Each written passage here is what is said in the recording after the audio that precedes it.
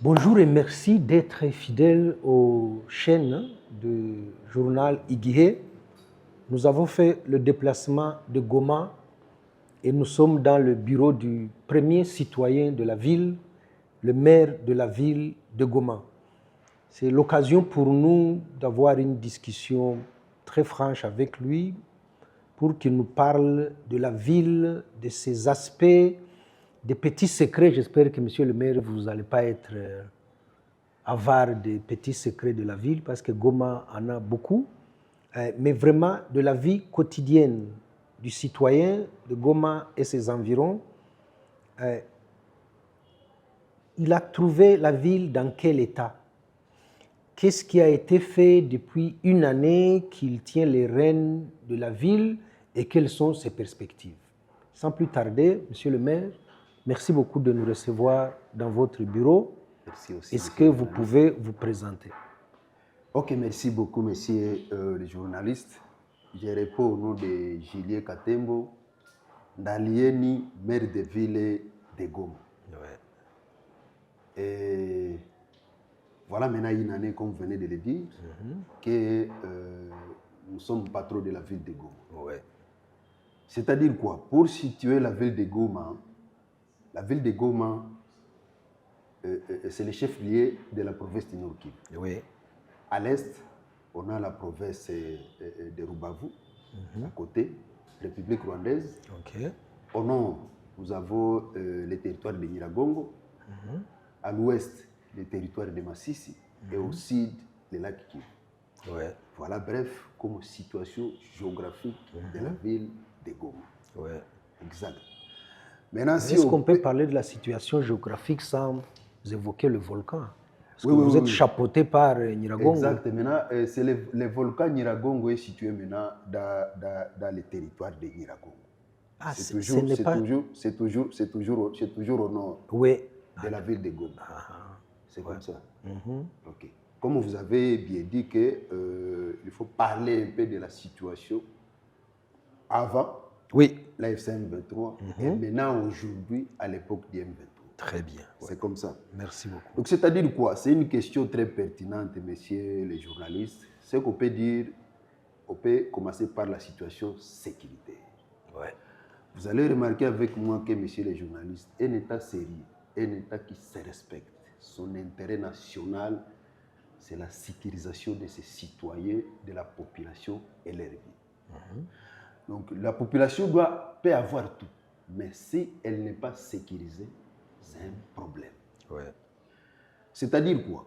À l'époque, parce à l'époque de l'état de siège, Goma vivait dans une situation de non-État. C'est-à-dire il y avait une insécurité ici qui ne disait pas son mot. Qu'est-ce qui s'était passé ici?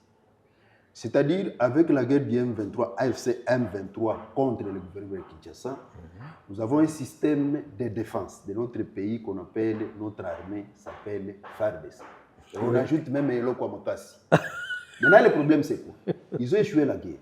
Ouais. Maintenant, Félix a été trompé, ils ont amené d'autres forces pour venir renforcer les systèmes de défense. Ouais. Or, c'est-à-dire quoi? Ce qu'on peut définir, c'est-à-dire que la République démocratique du Congo n'a pas une armée. Parce qu'on a appelé les Wazalènes, donc on a quitté l'espoir des systèmes de défense pour recruter des civils en armée. Imagine-toi un État comme la République démocratique du Congo, mettre à côté les FARDC et donner l'armée aux civils, des amateurs sans formation. Vous voyez que ça, c'est un problème. Des jeunes drogués. Des jeunes drogués, vous voyez, ils n'ont pas cessé par là. Ils ont amené des FDLR ici dans la ville. Les FDLR, c'est une force étrangère. Ils ne sont pas congolais. Le gouvernement de Kinshasa les a armés contre nous les Congolais. Nous, de la FCM. Avec ça, croit-il qu'il peut y avoir la paix?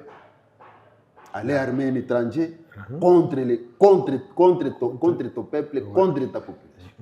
Et ce sont ces armes qui tuaient les gens ici à Goma. Il a amené les mercenaires. Exact. Il a amené des mercenaires. Il a amené l'armée burundaise. Il a armé Samir Sadek, qui était constitué par les SIDAF, les Tanzaniens et les Namibiens. Ouais. Tous contre les M23. Et le problème était quoi, messieurs les journalistes? Toutes ces forces ici dans la ville de Goma, uniquement pour protéger les pouvoirs de Félix. Ok. Contrairement à nous-mêmes, nous sommes venus ici pour venir tout d'abord sécuriser la population parce que c'était un besoin de la population de Goma. Parce qu'avec ces Wazalendou, où la main ne passe, repasse. Ils tuaient tout. Et ils volaient tout. Aussi les FARDC, c'était comme ça. Les FDLR, c'était la population, c'était un besoin. Maintenant, aujourd'hui, si on peut faire une méthode comparative, il y a une grande différence entre l'époque de l'état de siège et aujourd'hui. Par exemple, il vivait un événement de ce qu'on appelait 40 voleurs. Donc c'est une estimation. Ils venaient même au-delà de 40. Ils viennent chez toi, ils volent tout, sauf rien. Et si vous pouvez appeler l'intervention, le téléphone va sonner.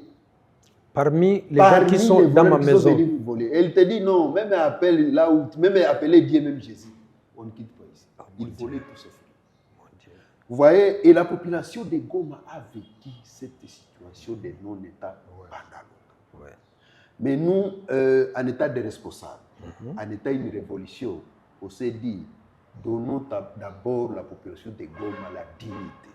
Et cette dignité doit commencer par la sécurisation de cette personne, de ces personnes, de cette population de Goma et leurs biens. C'est pourquoi on a commencé par là. Et aujourd'hui, si vous pouvez passer même un micro-baladeur, la population va vous dire que merci M23, vraiment nous sommes sécurisés. C'est-à-dire quoi? C'est simple. Parce qu'il y avait la cause de cette insécurité et les conséquences. Parce qu'on disait partout, les journalistes venaient ici même de l'étranger, on disait ça, c'était la cause. Parce qu'on a donné presque les armes de partout. Parce que lorsque j'ai été nommé ici, j'ai fait au moins 2 mois à 3 mois. On ramassait 30 à 40 armes par jour. Il faut maintenant imaginer. 30 à 40 par jour. Dans tous les quartiers de Goma. Dans tous les quartiers de la ville de Goma. Et on ramassait dans la rue. Dans la rue? Dans la rue, on a jeté.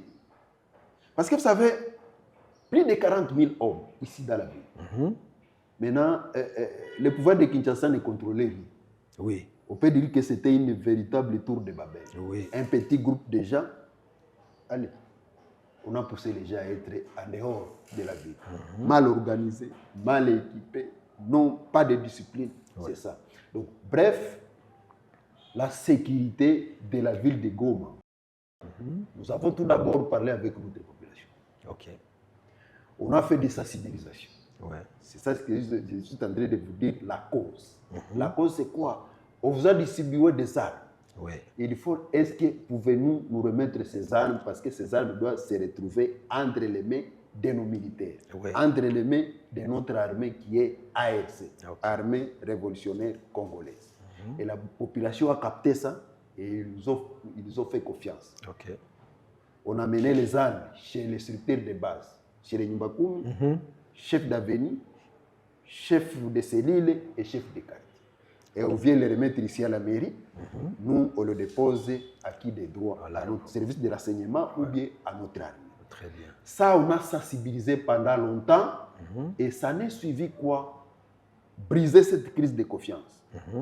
Parce que vous allez remarquer avec moi, messieurs les journalistes, le Congo, c'est le seul pays au monde. Pendant la nuit, quand on se rencontre avec un militaire, vous avez des choses. Soit tué, soit volé. Le seul pays au monde. Tu vois? Maintenant, aujourd'hui, on a brisé cette crise de confiance. Comment ça? Approcher la population. Parler avec la population. Et résoudre les problèmes de la population. C'est-à-dire, contrairement à ces gens qui étaient ici à l'époque de l'état de siège, c'est la population qui travaillait pour eux. Maintenant, nous, on est venu servir la population de Congo. C'est ça, cette différence. Maintenant, aujourd'hui, la population aussi témoigne. Vous pouvez rencontrer les patrouilles des militaires de la FCM 23 à cours des routes. Ils sont au service. Et vous, population, vous êtes dans tes affaires. Comme ça. Ils sont là pour te sécuriser. Cet retour de confiance est retourné. Et aujourd'hui, la population acclame. Pardon, monsieur le maire. Quand nous circulons en ville ici, c'est vrai, tout le monde dit merci infiniment, la sécurité est rétablie. Mais nous voyons qu'il y a des travaux. La ville est en chantier. Exact. On a vu des routes qui sont soit réhabilitées, des canalisations. Quel constat vous avez fait avant de commencer les routes? Merci beaucoup. Encore une question très pertinente, messieurs les journalistes. Les constats étaient amers parce qu'il n'y avait pas de route à Goma. Les routes étaient présentées par des nids de poules. Et les routes n'avaient pas de canal pour orienter l'eau vers les lacs. Parce que, vous savez, on ne peut pas construire les routes sans canalisation. C'est pourquoi dans la ville, il y avait de l'eau stagnante, presque de partout dans la ville. Oui. Mais aujourd'hui, il n'y en a pas. On est en train de travailler sur ça. Oui. Pourquoi ça maintenant? Vous savez, un État sérieux, messieurs les journalistes, l'unité de production, c'est sa population. Par les contributions, les taxes et les impôts. Maintenant, nous, on est en train de canaliser. Parce qu'on ne peut pas être comme le président Félix, les besoins. Faute de ne pas ressentir les besoins de la population, il y prend 44 millions de dollars. L'argent de la population. Parce que cet argent provient des taxes et des impôts de la population. Il amène ça en Europe pour écrire ici seulement Monaco. Il paye 44 millions de dollars. Un pays qui n'a pas de route, qui n'a pas des hôpitaux, qui n'a pas des écoles, qui n'a pas d'électricité, ça c'est un problème. Mais nous, on a dit, nous, on commence par la sécurité. Goma est sécurité. Parce que vous allez remarquer avec moi que la stabilité d'un État ou d'une identité donnée, par exemple, comme Goma que j'ai aujourd'hui, crée un bon climat des affaires. Et ce bon climat des affaires appelle les investisseurs. Parce que, messieurs les journalistes, on ne peut pas investir là où il n'y a pas la paix, là où il n'y a pas de stabilité. Et cet investissement crée l'emploi. Et l'emploi fait comment? Créer une stabilité climatique. Et c'est là où nous sommes. Maintenant, nous allons vers le développement, construire les routes. Et bien sûr, ça, c'est l'appui de son Excellence, messieurs les gouverneurs des provinces du Nord Kivu, que je salue ici à Passa, Bahati, Moussanga et Rasto. Parlant des investissements, j'ai lu dans vos communications que vous avez réduit les taxes. Exact. C'était pour inciter les investisseurs à venir investir à Goma. Oui, c'est ça un bon climat des affaires. OK. Et quelle est la situation entre Goma et Rubavu, sa ville jumelle, sur le plan des investissements et du commerce? OK, merci beaucoup. Donc, nous avons réduit les taxes sensibles. Il y a un principe de fisc qui dit que trop d'impôts tue l'impôt. OK. C'est pourquoi on a commencé par là pour soulager notre population. Vous savez que le pouvoir de Kinshasa a fermé des banques ici. Il n'y a pas de banques. L'argent qui se trouve dans des banques qui étaient ici, ce n'est pas l'argent du M23. C'est l'argent de la population. Chaque jour, on est en train de crier tout haut, Kinshasa bloque. Mais ça ira toujours. Mais avec ça, on s'était dit, OK, nous avons un pays voisin ici à côté, qui est le Rwanda. Et la province qui fait frontière avec nous, c'est la province de Rubavu. Vous savez, le principe qui gère le comportement des États, c'est le principe de bon voisinage. Le Rwanda, c'est notre voisin, hier, aujourd'hui et demain. Tout d'abord, nous devons vivre à collaboration. Nous devons cohabiter avec ces pays. Et c'est là maintenant cette transaction, tout d'abord, pour faciliter les gens, on a réduit les prix des documents. Avant, les documents qu'on appelait CPG, ça se vendait à 12 $. Mais pour avoir ça plus vite, tu peux avoir ça même à 15 $ ou bien 20 $. Ça, c'était avant. Maintenant, aujourd'hui, ces documents se vendent à 5 $. 15 000 francs seulement. Tu vois? Ça, c'est pour faciliter la population. OK. Il y a un autre document qu'on appelle Tenali. Avant, c'était à 45 $. Maintenant, pour avoir ça un peu plus vite, il fallait donner 50 ou bien 60 $. Mais aujourd'hui, c'est à 25 $. Pardon, le tenalieu, c'est attestation tenalieu de carte d'identité. Exact. C'est que tu peux traverser avec ça à la frontière. C'est les documents qui assurent que vraiment au lieu du passeport, ça joue au moins un peu de valeur avec un Entre passeport. deux, là. Entre les deux.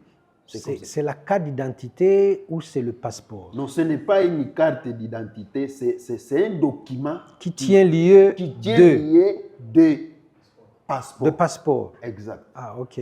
Et ça a une durée de 3 mois. Donc, ça te facilite de voyager au moins pendant 3 mois. Parce que vous savez, ici au Congo, avoir un passeport, ce n'est pas facile. Ouais. C'est comme ça. Donc, on a essayé aussi de traiter de la façon pour que la population se sente mieux.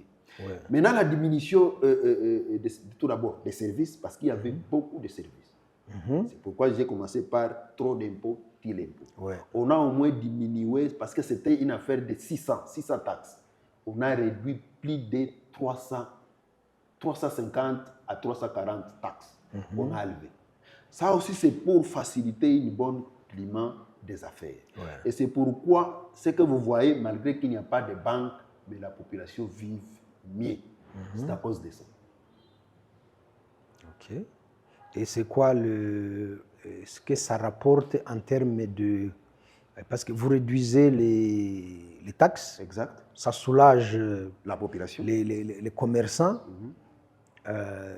Je m'attendais à ce que vous me disiez ce que vous faites de cet argent. Parce qu'avant, les autres, ils s'en mettaient dans leurs poches. Exact. Et aller donner à Monaco là-bas. Aller payer Monaco, aller payer par-ci, par-là. On ne sait qui. Et maintenant, vous êtes en train à la fois de réhabiliter non seulement les routes, l'hôpital général de Katindo, les centres de santé tout autour. Est-ce que vous pouvez nous parler de l'affectation de cet argent dans la ville de Goma? Merci bien encore une fois. Vous savez, cet argent, c'est pour la population. Okay. Et cet argent doit servir la population. C'est là où nous sommes. Dès que les milieux sont stabilisés, on doit entrer dans les filières de développement. Et c'est là où nous sommes. Okay. Bien sûr, nous avons commencé par l'assainissement, parce que vous savez qu'avec l'assainissement, c'est utile aussi. Ouais. Parce que je vous ai dit qu'ici, l'unité de production des États qui se respectent, c'est sa population. Ouais. Et la population, pour produire, l'autorité qui gère une entité doit se rassurer. Est-ce que cette population elle est à bonne santé pour produire? Et bien sûr, on doit commencer maintenant par l'assainissement. Et là, on met des moyens.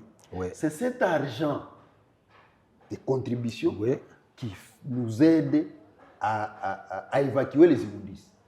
Parce que dès que la population elle est à bonne santé, il va produire. Et c'est ça, il faut se rassurer. Est-ce que l'environnement dont nous vivons, c'est un environnement sain? Est-ce que l'environnement, nous sommes capables de vivre à Goma sans malaria, sans paludisme, sans dysenterie, sans fièvre typhoïde? Parce que tous ce sont des maladies qui proviennent de la saleté. Il faut commencer par là. Et maintenant, voilà, aujourd'hui, même si vous partez zone de santé de la commune de Goma, les zones de santé de la commune de Karissini, presque toutes les maladies qui proviennent de saleté ont diminué sensiblement. Et ça, c'est l'effort de nous, autorités qui gèrent la ville. Parce que vous allez remarquer avec moi qu'ici, il y a semaine passée, il a plu à Kinshasa. Et c'était catastrophique.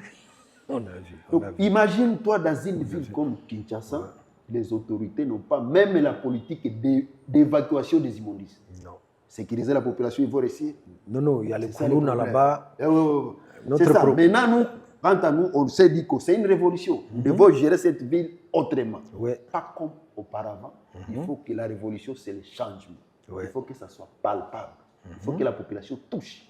C'est ça qu'on est en train de faire. Maintenant, cet argent des impôts, des taxes, c'est ce qui est en train de construire les routes, réhabiliter les routes et créer les canaux pour que les inondations puissent être évacuées et finissent dans la ville de Goma.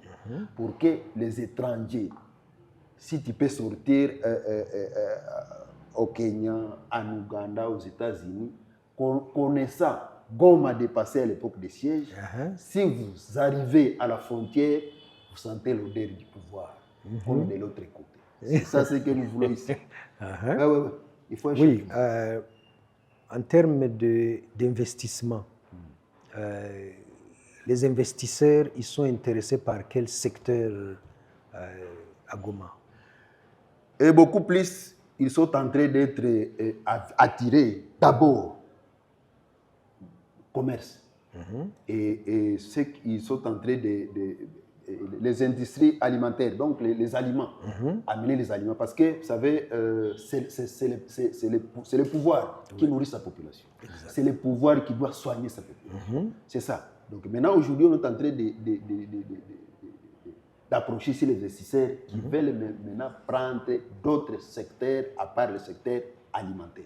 Ils sont en train de venir. Ceux qui veulent venir créer ici des usines, ceux qui veulent venir investir, par exemple, transformer les immondices dégradables et non dégradables. C'est comme ça. Donc on est en train d'approcher par-ci, par-là. Et aussi ce qui est en train de les attirer, c'est cette sécurité qui est dans la ville de Goma. Comment un investisseur va travailler dans une ville où il n'y a pas de banque? Non, il y a une banque dans la ville de Goma. Justement, ils ont bloqué tout, mais maintenant, on a ouvert Cadeco ici. Et on est en train de dire à la population, voilà, votre banque est là. Et ça va suivre d'autres, parce que nous sommes en train toujours de pousser au gouvernement de libérer l'argent de la population. On ne peut pas se dire, on aime la population, ils ont un principe qui dit que le peuple est d'abord. Non. Cet argent n'appartient pas à nous. Ça, c'était il y a longtemps. Oui, c'est l'UDPS des années 80. Exact. Maintenant, aujourd'hui, on peut dire quoi? Vous savez, un État qui n'a pas une armée,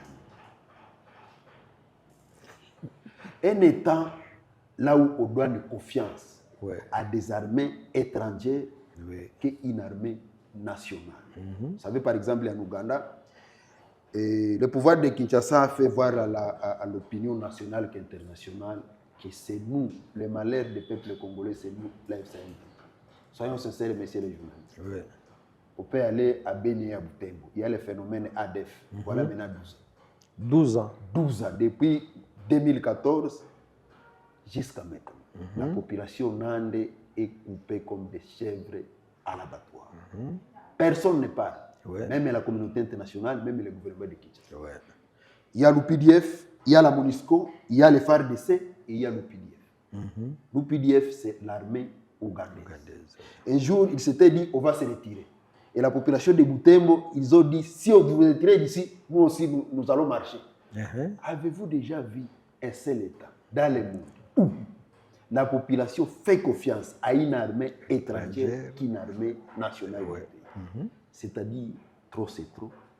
Le pays a été dénigré.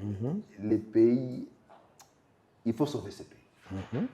Parce que aujourd'hui, le monde est en pleine mutation et les États sont en compétition. Et dit compétition, dit rapport de force. C'est comme ça. Mais Goma comme laboratoire de la bonne gouvernance, comme laboratoire de changement en termes de changement de mentalité, en termes de service à la population. Ça fait une année que vous gérez la ville. Qu'est-ce qui a changé dans la gestion quotidienne des services de l'État? Ce qui a changé tout d'abord, avant, c'est les peuples qui servaient les autorités administratives. C'est-à-dire la population travaillait pour les autorités. Par la corruption, bravir, maltraiter la population. Mais la différence a été que pour nous aujourd'hui, cette différence que vous venez de parler là-bas, nous, on est au service de la population. Très bien. Nous travaillons pour la population. À Kinyarwanda, on dit ubuyobozi wegereye abaturage. Ubuyobozi wegereye abaturage. C'est-à-dire quoi? Nous approchons notre population, on parle avec notre population, et là, on doit savoir les problèmes de la population pour résoudre. Et si on dit c'est au bureau, on ne saura pas. C'est comme ça. Et c'est ça cette différence. La gestion de la population et de la ville, c'est comme ça. C'est ça la politique qu'on utilise. Vous me dites... Ici, on a des jours seulement, mardi et mercredi, et tous les jours, on est sur terrain. Parlez avec la population. Vous avez quel problème pour qu'on puisse résoudre? Donc, vous êtes en train de nous expliquer qu'avant, les autorités se servaient sur la population. Exact. Quand je viens à la mairie pour demander un service, je dois l'acheter en fait. Avant, c'était monnaie. Et cet argent va dans la poche de l'autorité. Exact. Aujourd'hui, depuis monsieur le maire jusqu'à l'agent de division, je ne sais quoi, lui, il est à mon service. Exact. Quand je viens, je ne paye plus. Exact. L'invitation, on ne paye pas. Et si vous venez accuser quelqu'un, vous avez un problème avec quelqu'un, on ne paye rien. Donc, voilà. les services, tous les services de l'État, c'est gratuit. Je reçois le service. Exact. Est-ce que vous avez une idée des délais que vous avez réduits? Quand on disait chaque fois à quelqu'un, revenez demain, en fait, c'est pour qu'il vienne avec un billet de $20 voilà, et ça va aller. Aujourd'hui, si quelqu'un vient, il s'adresse à la mairie. Exact. Il a quoi? Combien de jours pour être servi? Non, pour être servi, c'est les mêmes jours. C'est-à-dire quoi? Tu peux venir, par exemple, tu viens solliciter, par exemple, des partenariats publics-privés avec la mairie. Non. Il n'y a pas question de discussion. Ou bien il n'y a pas question, non, donner, par exemple, les cautions de tel montant. Non, il n'y en a pas. Ça, c'est fini, c'est terminé. Oui. Okay. Ça, c'est fini. C'est fini. Donc, aujourd'hui, on serve la population. Et gratuitement. Et n'importe quel niveau. Les riches, les moyens et les pauvres, ils sont accueillis ici à bonne et due forme et satisfaits. Quand on est du côté de Rubavu, il y en a qui disent nous sommes pollués ici parce que Goma nous envoie de la drogue et ça vient de Goma. Quelles sont les mesures que vous prenez pour lutter contre la drogue? Et nous, comme autorité de la ville de Goma, ce que nous faisons aujourd'hui, c'est lutter contre les stupéfiants, les drogues. Drogue, marijuana, chanvre, ce que vous appelez de l'autre côté, Rumongue. Oui. Je viens de vous dire ici, les hommes passent et les institutions restent. Nous allons passer. Maintenant, laisser la ville de Goma ou bien ces pays entre les mains des fumeurs de chanvre, elle repose sur nous. Donc, c'est une politique qu'on va accélérer avec. Et s'il y a une mesure et que l'autorité croise les bras, on n'expecte pas cette mesure. C'est ça qu'on appelle l'absence de l'autorité de l'État. Ouais. Mais nous sommes présents. L'État n'a pas seulement une mission de sanctionner, elle a aussi une mission pédagogique, d'enseigner la population. Une fois n'est pas compris, ok, la loi fait son travail. Nous avons un centre de rééducation, c'est Mounzenze. Voilà. Monsieur le maire, vous avez dit tantôt, Goma était entre autres le siège des FDLR. Exact. Et les FDLR sont une menace existentielle pour le Rwanda. Exact. Les FDLR ont déjà tiré des obus au Rwanda à partir, en tout cas des environs de Goma, du côté de Kibumba. Exact. Depuis que vous êtes là, est-ce que vous avez décidé de vous occuper spécifiquement de cette menace FDLR pour rassurer le voisin? Et vous savez, et je l'ai dit encore ici, messieurs les journalistes, une question très pertinente. Les principes qui gèrent le comportement des États, il y a le principe de bon voisinage. Oui. Et ça, c'est que les politiciens de Kinshasa n'a pas exploité. Ils ont pris les FDLR, une force étrangère. Ils ont armé. Ils ont donné des armes contre nous. Ouais. Et là, si je ne sais pas qui peut me contredire, là, vraiment, il n'y a pas la paix. D'abord au Congo. Okay. Et il n'y a pas la paix avec nos voisins. Oui. Avec ça, armer les FDLR. Et autre que ça, le gouvernement de Kinshasa a donné des champs là où ces FDLR doivent cultiver. Et là aussi, dans le parc national de Virunga et patrimoine mondial. Mais ils ont octroyé vers Mouja et là, dans le parc. Tout ça, on a bloqué nous comme M23. Okay. Voilà. Et il y a ce qu'on a appréhendé, on les a rapatriés chez eux. On a vu ça. Oui. Et comme appelle comme nous, autorités, parce qu'on est en train toujours de les attraper, de les appréhender ici dans la ville. On est en train de les faire raisonner que Rwanda aujourd'hui, c'est l'Eldorado de l'Afrique centrale. Le pays est en voie de développement. Et qu'il ne puisse pas se distraire dans la brousse avec un Kalachnikov, 40 000 hommes n'ont pas su faire chasser les M23 ici. Ouais. Ils sont les bienvenus, et on va les rapatrier chez eux. Oui. Et il y a les volontaires qui sont en train de dire, oh, moi vraiment, je rentre chez nous. Okay. Et comme cette arme, c'est pour les Congolais, l'armée a été donnée par le gouvernement de Kinshasa, nous, on récupère notre arme, ok, on dit, voilà le chemin, vous rentrez chez vous au Rwanda. C'est ce qu'on est en train de faire. J'avais vu des images de vous avec le gouverneur, le commandant de la police, au stade de l'unité, avec des milliers de motards. Et dans le discours du gouverneur, il y avait des mots très durs en disant « Nous savons que parmi vous, il y a des motards qui sont des FDLR. Et vous cotisez, vous envoyez de l'argent là-bas. » C'était quoi cette opération? Parce qu'apparemment, c'était contre les FDLR, maîtriser les motards dans la ville pour pas qu'ils fassent du banditisme. Vous savez, le secteur des motards, c'est un secteur qui garde beaucoup de gens. Et c'est ce secteur qu'on doit mettre l'ordre et une discipline. C'est ce qu'on a fait. Vous savez, ce secteur, s'il a dit ça, c'est très vrai. Justement, il y a des bandits et des non-bandits. Et il y en a des FDLR. Vous savez, la politique de Kinshasa, il a créé une sorte de haine, tribalisme, si je peux appeler même xénophobie, et une ségrégation entre nous comme État et les Rwandais. Vous savez, même à l'époque de l'état de siège, si les Rwandais quittaient les Rwandais, c'était difficile pour qu'ils puissent traverser ici. Tout simplement à cause des faciès. Et on ne peut pas gérer comme ça. Un État ne peut pas être géré par des mensonges, haine, xénophobie et ségrégation. Non, on ne peut pas gérer l'État comme ça. C'est ce qui détruit l'État. Parce qu'avec l'exemple même de l'Afrique du Sud, avec l'apartheid, noir et blanc, c'était toujours le problème. Lorsque les Noirs, aussi que malgré cette différence de race, nous sommes humains. Ils sont conjugués ensemble, et voilà là où est l'Afrique du Sud. Seulement ça. Maintenant, ça, avec l'ASM 23, il ne faut pas gérer comme ça. Aujourd'hui, maintenant, la ville de Goma, nous comme ASM 23, comme gérons ça, nous devons respecter ces principes. Et oui, mais au niveau de la suite de la réunion qu'il y a eu au stade.